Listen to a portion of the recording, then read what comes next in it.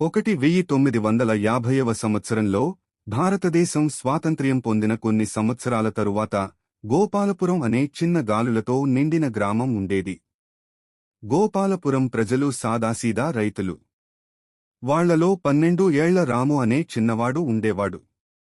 రాము ఎప్పుడూ గ్రామం స్కూల్ మాస్టారు సత్యం గారిని వెంబడి తిరుగుతూ ఉండేవాడు. ఆ బడి అంటే ఒక చెట్టు కీల్చేసిన బ్లాక్ బోర్డ్ మాత్రమే. అతని తండ్రి ఒక పేద రైతు, రామును పొలాల్లో పనిచేయమని కోరేవాడు. పుస్తకాలు పొట్ట నింపవు రాము అని తండ్రి ఎప్పుడూ చెప్పేవాడు. ఒకరోజు ఒక ప్రభుత్వ అధికారి గ్రామానికి వచ్చాడు.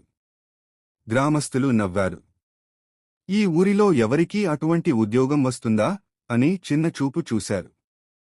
కాని సత్యం మాస్టారు రామువైపు చూసి, అతడేం కాదు అన్నారు. రాము పేపర్ ఎండబెట్టేందుకు గోమయాన్ని ఉపయోగించేవాడు. గోడలపై చాక్తో గణితాన్ని అభ్యాసించేవాడు. ప్రతివారం అతను 5 కిలోమీటర్లు నడుచుకుని దగ్గరలో ఉన్న పట్టణానికి వెళ్లి మాక్ టెస్టులు రాసేవాడు. 1959లో గ్రామం పోస్ట్ మాన్కు ఒక లేఖ వచ్చింది. ఆ లేఖలో రాము సివిల్ సర్వీసెస్ పరీక్షలో ఉత్తీర్ణుడయ్యాడని ఉంది.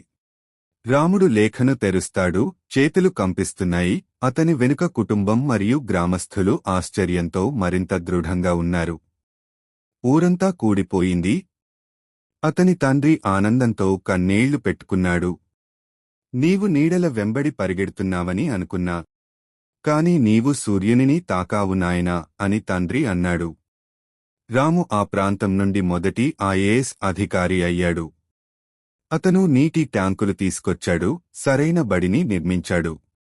గ్రామంలోని ప్రతి విద్యార్థికి ఉచిత పాఠ్యపుస్తకాలు అందేలా చేశాడు.